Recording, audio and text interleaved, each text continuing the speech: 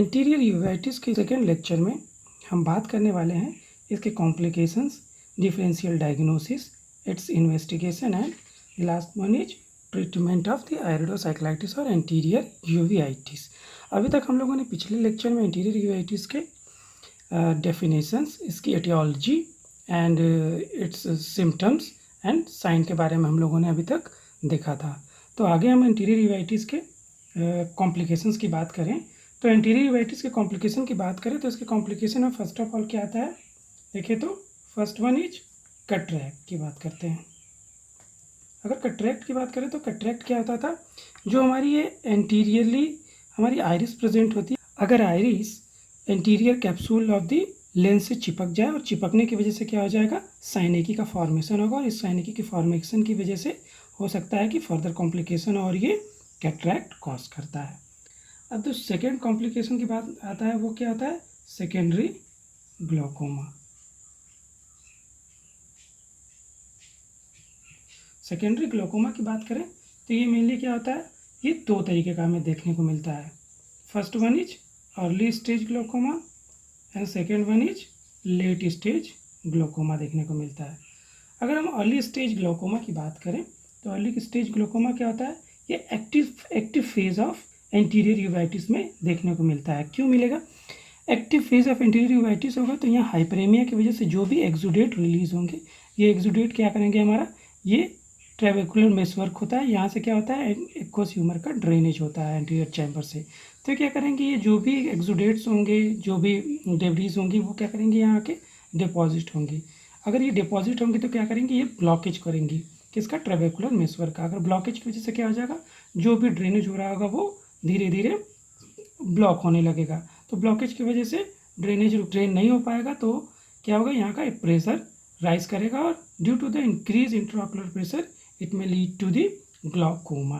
तो early stage का glaucoma due to the exudates which deposited on the trabecular meshwork may prevent the drainage of aqueous humour which lead to the early stage glaucoma. अब अगर late stage glaucoma की बात करें तो ये mainly क्या होता है, ये पोस्ट इन्फ्लामेटरी केस में देखने को मिलता है।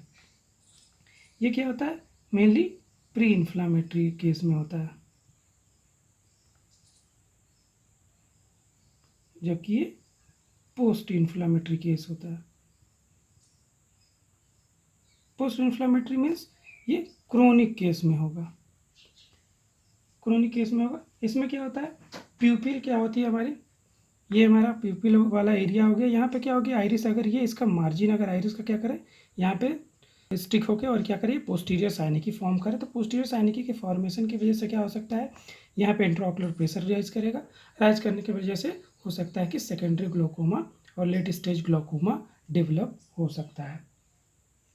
या फिर हमारा प्यूपिल क्या करे, यहाँ पे ढेर सारे प्यूपिलरी एरिया में एक्सुडेट आके डिपॉजिट हो जाए। तो एक्सुडेट के इन्फिल्ट्रेशन की वजह से भी लेट स्टेज ग्लोकोमा डेवलप हो सकता है। तो ये था ग्लोकोमा की बात। And the third one is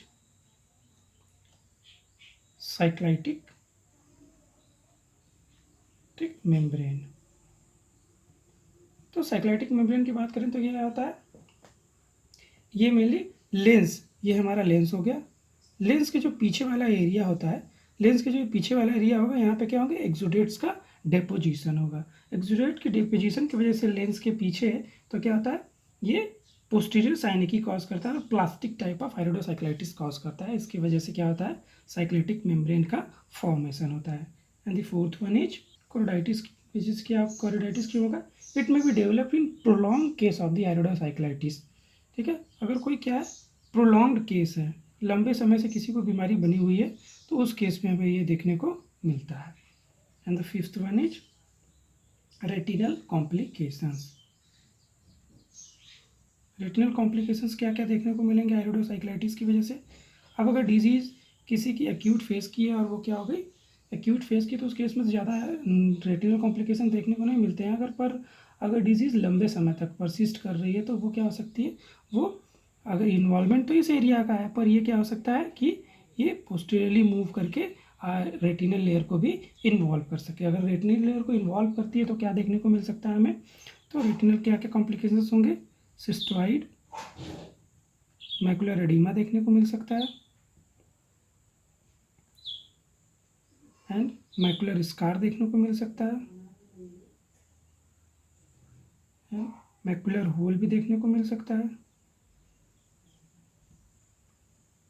and retinal detachment देखने को मिल सकता है and many more complications are occur in the retinal complications. And the next one is papillitis.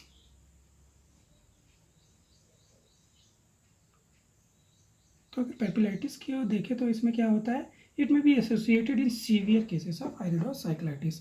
If there is any severe case of iridocyclitis it may be lead to the papillitis. तो papillitis may occur in severe cases of iridocyclitis. And the next top one, thesis bulbi. thesis bulbi की बात करें तो एक important complication है. क्या है ये? It is the final stage and result of any chronic uveitis. ठीक है, अगर कोई भी क्रोनिक यूवीआइटिस बनी हुई है और लंबे समय से बनी हुई है तो उसका क्या होता है, कोई भी डिजीज़ है तो उसका क्या होगा, एक लास्ट स्टेज आएगा. तो जो लास्ट स्टेज आती है क्रोनिक यूवीआइटिस की, तो उस पर क्या हमें देखने को मिलता है, थीसिस बल्बाई. अब थीसिस बल्बाई क्या होता है, तो इसमें क्या होता है, the eye becomes soft, shrink and atrophic. ठीक है, तो हमारी जो आई हो जाएगी इसमें क्या हो जाएगी, ये क्या होता है मेनली क्रोनिक केस में देखने को मिलता है. इसमें फीचर्स क्या होंगे आई के, तो आई जो हो जाएगी सॉफ्ट हो जाएगी, श्रिंक करेगी एंड एट्रोपी हो जाएगी उसमें. अब जो ये डेवलपमेंट होता है वो तो अचानक से हो नहीं जाएगा. तो इसका जो डेवलपमेंट होता है थीसिस बल्बाई का, उसके डेवलपमेंट के क्या होते हैं, मोस्टली 3 स्टेज होते हैं. तो डेवलपमेंट ऑफ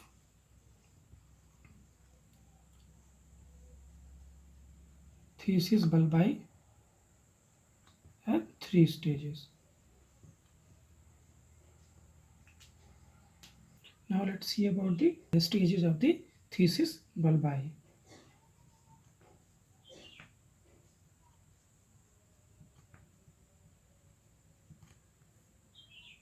अगर हम थीसिस बल्बाई की बात करें तो इसमें 3 स्टेज होती हैं. The first one is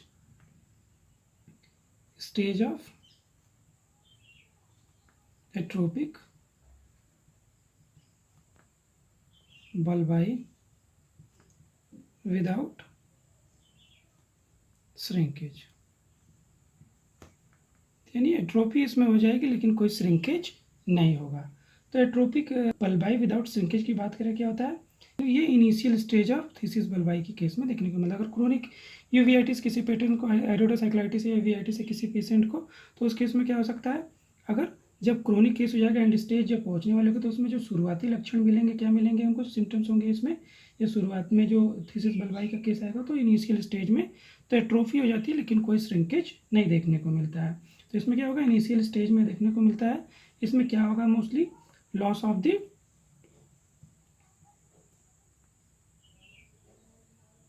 function of ocular tissue,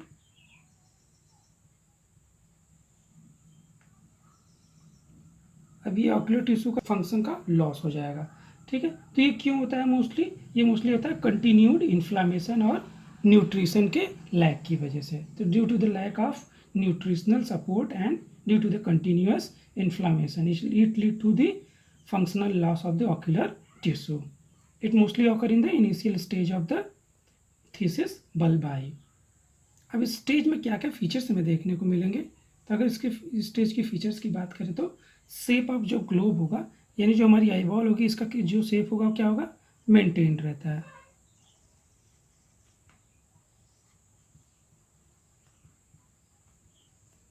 eyeball का शेप क्या होगा, मेंटेन्ड होगा, लेकिन जो विजन होगा वो क्या होगा, कंप्लीटली लॉस होगा पेशेंट का.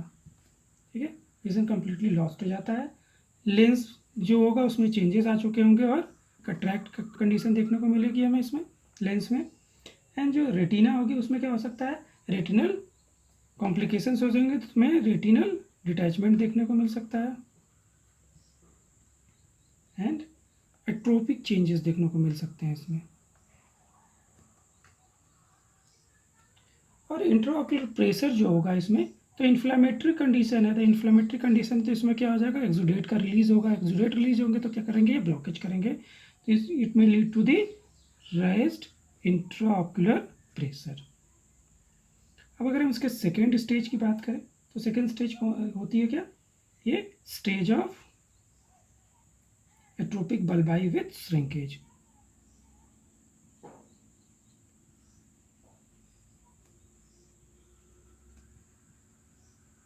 Stage of atrophic bulbi with shrinkage, इसमें क्या होगा, एट्रोपी के साथ साथ श्रिंकेज भी हमें देखने को मिलेगा। ये मोस्टली क्यों होता है, तो it may be occurs due to the continued ciliary body डिस्फंक्शंस।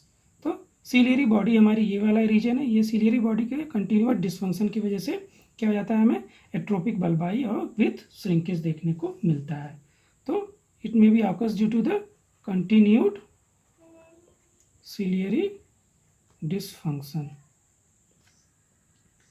अब इसके फीचर्स क्या क्या मिलेंगे हमें, तो इसमें क्या होगा, इंट्राऑक्यूलर प्रेशर जो होगा वो क्या होगा, लो होगा। क्यों लो होगा, क्योंकि हमारी जो सिलियरी बॉडी है वो क्या करती है, एक्वस ह्यूमर का फॉर्मेशन करती है। अब सिलियरी बॉडी क्या हो गई, इसमें इन्फ्लेम्ड है, श्रिंकेज हो गया, उसकी एट्रोफी हो रही है, तो इसकी वजह से क्या हो सकता है, होगा जो हमारा एक्वस ह्यूमर का प्रोडक्शन होगा वो घट जाएगा, डिक्रीज हो जाएगा, जिसकी वजह से which lead to the lowered intraocular pressure and cornea becomes oedematous and vascularised. Cornea कैसी होगी इसमें, एडिमेटस होगी एंड वेस्कुलराइज्ड होगी। And the third one is anterior chamber is collapsed.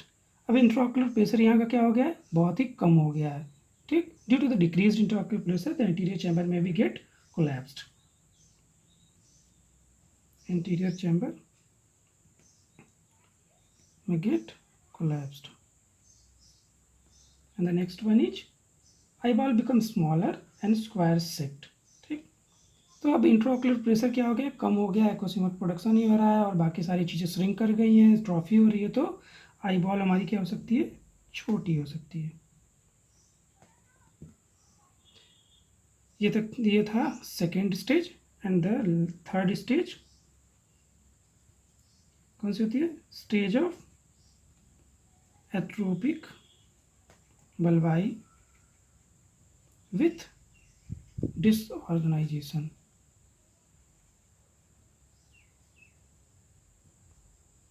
इसका क्या मतलब होगा, एक एट्रोफी तो साथ हो ही रहेगी, साथ साथ क्या होगी, जो भी स्ट्रक्चर्स हो क्या होंगे, वो फुल्ली डिसऑर्गेनाइज्ड होंगे, यानी कोई पैटर्न नहीं होगा उसका। ये क्या होता है, फाइनल स्टेज होता है, ये मेनली क्या होता है, फाइनल स्टेज है, लास्ट स्टेज है इसका। इसमें क्या होता है, इसे हम लोग मोस्टली थीसिस बल्बाई कहते हैं। इस स्टेज की अगर बात करें तो इसमें क्या होता है, कंटिन्यूअस डिसऑर्गेनाइजेशन हमें सिर्फ देखने को मिलता है सिलियरी बॉडी का, यानी पूरी की पूरी तरह से ये हमारी सिलियरी बॉडी क्या हो जाएगी, डिसरप्ट होती रहती है। डिसऑर्गेनाइजेशन होगी तो सिलियरी बॉडी क्या काम करती है, इसका मेन फंक्शन ही है एक्वस ह्यूमर का सिक्रीशन। अब ये जब यही गड़बड़ होगी तो क्या हो जाएगा, एक्वस ह्यूमर का प्रोडक्शन कम हो जाएगा, तो lower intraocular pressure and eye ball क्या हो जाएगी, अब एकदम से कम हो गया है और डिसऑर्गेनाइज हो गया है, तो आई बॉल और छोटी हो जाएगी, तो श्रिंक कर जाएगी आई बॉल। कॉर्निया जो होगी हमारी वो एकदम स्क्लेरा के जैसी दिखने लगेगी, कॉर्निया लुक लाइक स्क्लेरा। अगर हम आगे बात करें इसकी, तो अब हम देखेंगे इसमें डिफरेंशियल डायग्नोसिस। तो किस किस चीज़ से हम इसमें कंफ्यूज हो सकते हैं, तो डिफरेंशियल डायग्नोसिस की बात करते हैं। अगर डिफरेंशियल डायग्नोसिस की बात करें तो क्या हो सकता है, इसमें हमें रेड आई मिलती है, रेडनेस देखने को मिलती है, तो एक्यूट रेड आई,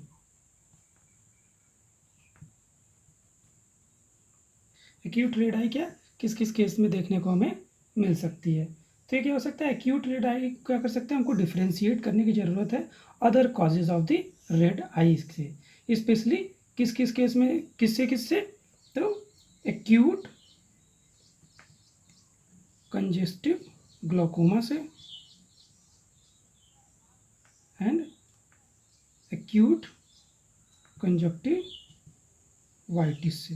तो एक्यूट कंजस्टिव ग्लोकोमा और एक्यूट कंजक्टिवाइटिस से हम इसको डिफ्रेंशिएट हमें करना ज़रूरी है। क्यों? अब डिफ्रेंशिएट करने के लिए क्या ज़रूरत है कि हमें इसके बारे में अच्छे से जानकारी होनी चाहिए। एक्यूट कंजस्टिव ग्लोकोमा में क्या क्या देखने को मिलता है और एक्यूट कंजक्टिवाइटिस में क्या क्या देखने को मिलता है। Now the second one is granulomatous versus non granulomatous uveitis. तो हमने अभी तक क्या क्या देखा था? दो तरह की यूवीआइटिस देख रहे थे हम लोग, ग्रेनुलोमैटस एंड नॉन ग्रेनुलोमैटस। तो ग्रेनुलोमैटस और नॉन ग्रेनुलोमैटस क्या हो सकता है? दोनों को हमें पहले तो डिफ्रेंशिएट करना आना चाहिए। तो अगर कोई डायग्नोसिस आयरिडोसाइक्लाइटिस कन्फर्म हो जाती है तो इसमें क्या है, अब ये पता करना जरूरी होता है कि ये ग्रेनुलोमैटस है और या फिर नॉन ग्रेनुलोमैटस टाइप है। ठीक, तो हमें क्या होता है, ग्रेनुलोमैटस और नॉन ग्रेनुलोमैटस के बारे डिफरेंस के बारे में अच्छे से पता होना चाहिए। और अगर थर्ड डिफरेंशियल डायग्नोसिस की बात करें तो क्या हो सकता है इसमें, और जो एटियोलॉजिकल डिफरेंशियल डायग्नोसिस होते हैं उसके बारे में भी हमें जानना जरूरी है।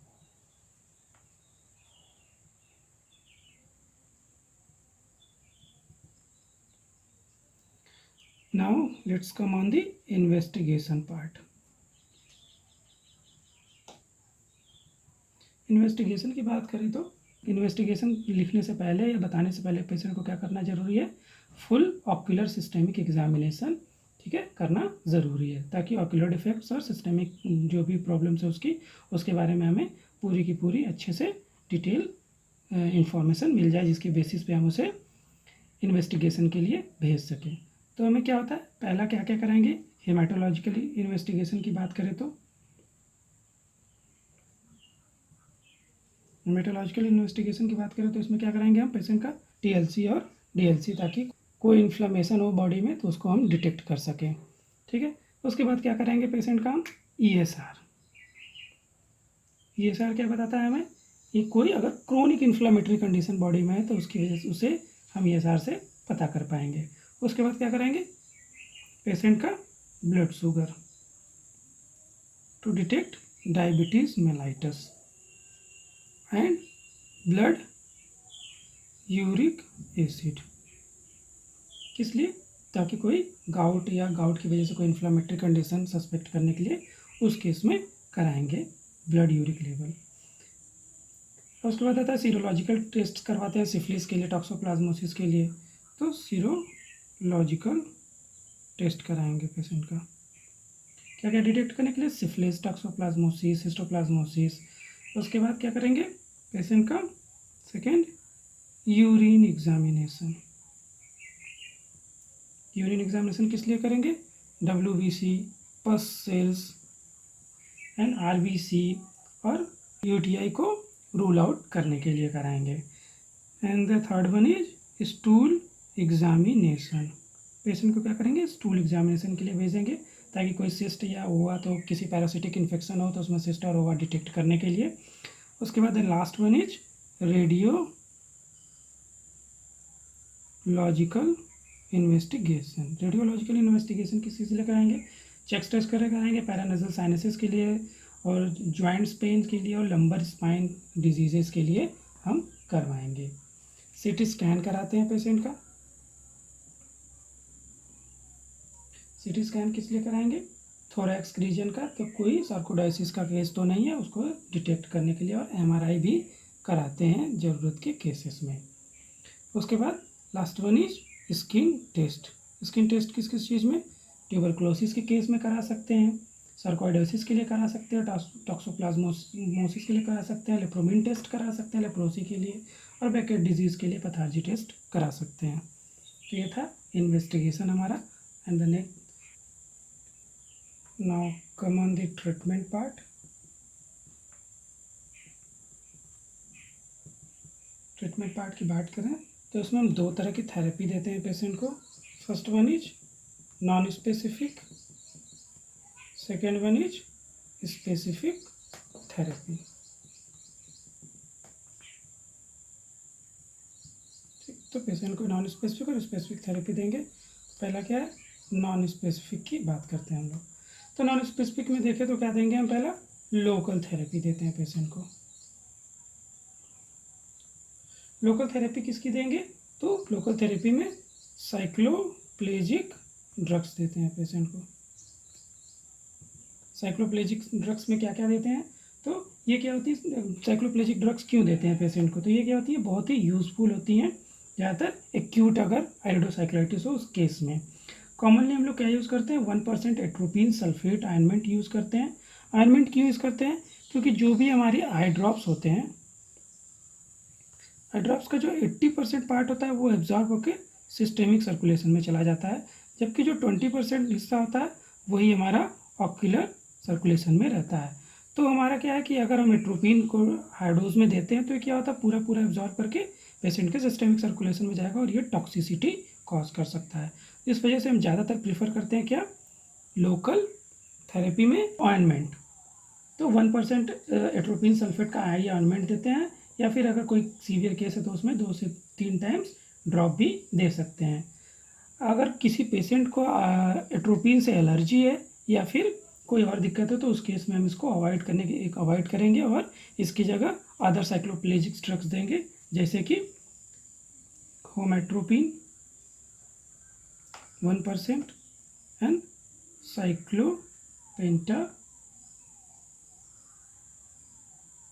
साइक्लोपेंटोलेट होमेट्रोपिन 2% देते हैं और साइक्लोपेंटोलेट 1% देंगे।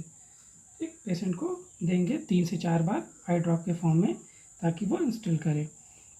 अगर हम एट्रोपिन की बात करें तो उसका जो ड्यूरेशन ऑफ एक्शन होता है वो बहुत ज़्यादा दिनों का, तकरीबन 14 डेज़ का होता है, जबकि होमेट्रोपिन 3 डेज़ होता है, साइक्लोपेंटोलेट 1 डेज़ का ही होता है। तो मोस्ट पावरफुल साइक्लोप्लेजिक क्या है, हमारी एट्रोपिन है। अगर उससे भी अगर पेशेंट को फ़र्क नहीं पड़ता है तो हम क्या करेंगे, उसमें उसको मिड्रिकेन देंगे। मिड्रिकेन क्या होता है? तो मिड्रिकेन की बात करें तो मिड्रिकेन्स क्या होते हैं, सब कंजक्टाइवल इंजेक्शन देते हैं। इसमें कंजक्टाइवल इंजेक्शन देते हैं 0.25 ml का। ठीक, 0.25 ml का सब कंजक्टाइवल इंजेक्शन देंगे। इसमें क्या क्या होता है, ये एट्रोपिन होता है, इसमें एड्रेनालिन होता है एंड प्रोकेन होता है। तो ये तीनों का कॉम्बिनेशन होता है, उसे हम सब कंजक्टाइवल देते हैं और इसे 2 से 3 सप्ताह तक कंटिन्यू रखते हैं डिजीज़ को सबसाइड करने के बाद भी, ताकि इसका रिकरेंस ना हो पाए। अब इसके मोड ऑफ एक्शन की बात करें तो किस तरह से ये काम करता है, तो अगर हम एक्यूट आइरिडोसाइक्लाइटिस में अगर एट्रोपिन को देते हैं तो क्या करेगा, पहले तो बात तो जो हमारी आइरिस होती है और सिलियरी मसल्स होती है, इसकी मसल्स को क्या करेगा, ये स्टेबलाइज करता है और कंफर्ट करता है इसको। ठीक है, and the second one is the prevent formation of synechiae. ठीक, साइनेकी के फॉर्मेशन को प्रिवेंट करता है और अगर कोई साइनेकी का फॉर्मेशन हुआ भी है तो उसको क्या करेगा, ये ब्रेक डाउन करता है। और उसके बाद जो एक्सुडेट रिलीज हो रहा है हाइपरेमिया की वजह से और जो ब्लड वेसल्स डायलेट हो गए उनके, वो लीकी नेचर उनका हो गया, उसको प्रिवेंट करता है ताकि एक्सुडेट का फॉर्मेशन ना हो सके, इसको भी प्रिवेंट करता है। और एंटीरियर यूवियल टिश्यू में क्या करता है, एंटीरियर सीलियरी ब्लड वेसल्स के थ्रू क्या करता है, ये ब्लड सप्लाई को बढ़ा देता है, जिससे कि टॉक्सिन्स जो होते हैं जल्दी एब्जॉर्ब हो जाते हैं और हीलिंग अच्छी होती है और डिजीज सबसाइड करने लगती है। And the second one is corticosteroid.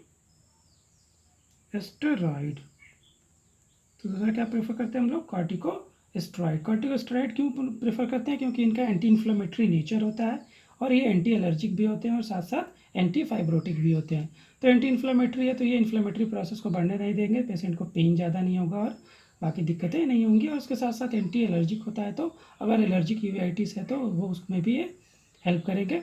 और उसके साथ साथ फाइब्रोसिस नहीं होने देगा, लेटर स्टेज की अगर हो गई है तो ये फाइब्रोसिस को प्रिवेंट करेगा, जिससे कि डिसऑर्गेनाइजेशन या डिस्ट्रक्शन नहीं होगा यूवियल टिश्यू का। तो कौन कौन सी हम कॉर्टिकोस्टेरॉइड यूज़ करेंगे, तो इसमें आता है डेक्सामेथासोन, बीटामेथासोन,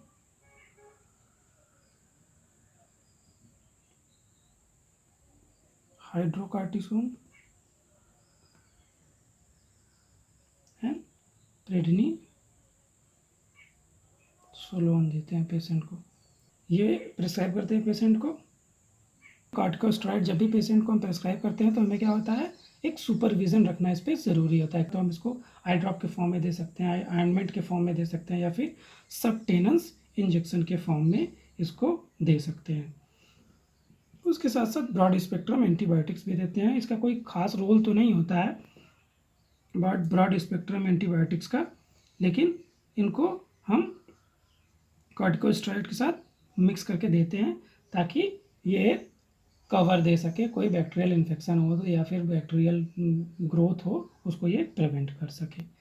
अब तो ये हो गया लोकल थेरेपी में हमारी ट्रॉपिकल थेरेपी। अब आते हैं इसमें सिस्टेमिक थेरेपी पे। सिस्टेमिक थेरेपी की बात करें तो इसमें हम सिस्टेमिक थेरेपी में भी क्या देंगे पेशेंट को, सिस्टेमिक थेरेपी। तो सिस्टेमिक थेरेपी में क्या देंगे पेशेंट को, कॉर्टिकोस्टेरॉइड देंगे।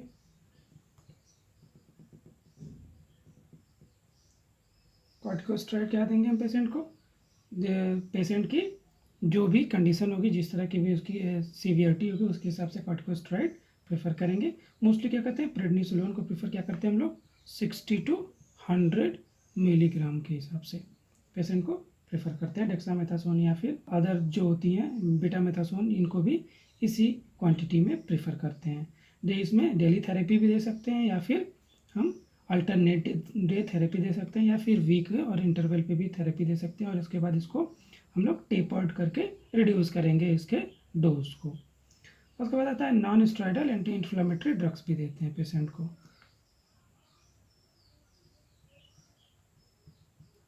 अगर किसी में स्टेरॉइड कॉन्ट्रा इंडिकेटेड है उस केस में हम पेशेंट को non steroidal anti inflammatory drugs देंगे। इसमें mainly phenyl butazone and ऑक्सीफेन butazone prefer करते हैं पेशेंट को। ये क्या होते हैं, पोटेंट एंटी इन्फ्लेमेटरी ड्रग्स होती हैं जो कि यूवीआइटिस या रूमेटॉइड डिजीज़ की वजह से जो यूवीआइटिस हो रही है उसमें ये हेल्प करती हैं। अब बात करते हैं इम्यूनो सप्रेसिव ड्रग्स की।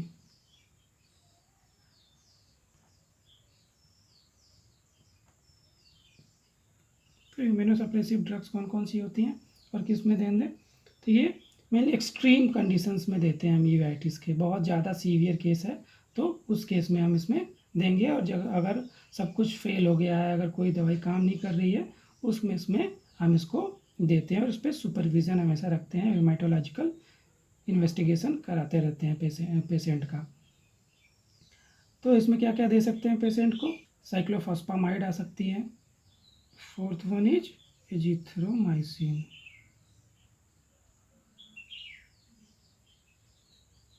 पेशेंट को देंगे हम एजिथ्रोमाइसिन या टेट्रासाइक्लिन या इरिथ्रोमाइसिन का डोज देते हैं। It may be consider to treat chlamydial infection. ठीक है, अगर पेशेंट में कोई क्लेमाइडियल इन्फेक्शन है, उसके किसी सेक्सुअल पार्टनर को रिटर सिंड्रोम था उसकी वजह से, तो उसमें हो सकता है कि यूरेथ्राइटिस या यूवीआइटिस आयराइटिस कॉज कर सकता है। इस वजह से हम उसको ये थेरेपी एजिथ्रोमाइसिन की, फिर एरिथ्रोमाइसिन या फिर टेट्रासाइक्लिन का देंगे। कुछ फिजिकल मेजर्स भी लेते हैं पेशेंट का, बताते हैं। इसमें हॉट फोमेंटेशन और डार्क गॉगल्स प्रिस्क्राइब करते हैं। स्पेसिफिक थेरेपी की बात करें, अभी तक हम लोगों ने नॉन स्पेसिफिक देखी थी, अब स्पेसिफिक देखे हैं। स्पेसिफिक थेरेपी किस किस देश में देखेंगे। इसमें क्या है, अंडरलाइंग जो सिस्टेमिक डिजीज़ होगी पेशेंट की, उसमें स्पेसिफिक थेरेपी देंगे पेशेंट को। जो भी डिजीज़ से वो सफ़र कर रहा होगा, अगर ट्यूबरकुलोसिस है तो उसको एंटी ट्यूबरकुलर ड्रग्स दे सकते हैं। टॉक्सोप्लाज्मोसिस है तो उसको ट्रीट करेंगे। सिफिलिस है तो उसको ट्रीट करेंगे। और बाकी जो भी ग्रेनुलोस नॉन ग्रेनुलोस डिजीज़ हैं उसको ट्रीट करेंगे। उसके साथ साथ and the last one is treatment of complications. Patient का क्या है, कॉम्प्लिकेशंस क्या कहते हैं, मेनली कॉम्प्लिकेशंस क्या होता है, अगर कैटरेक्ट है पेशेंट को तो उसको ट्रीट करना है हमें, ग्लोकोमा का केस है तो उसको ट्रीट करना है हमें, या फिर रेटिनल डिटैचमेंट का केस है तो उसको ट्रीट करने की ज़रूरत है, एंड थीसिस बल्बाई को ट्रीट करने की ज़रूरत है। Thank you.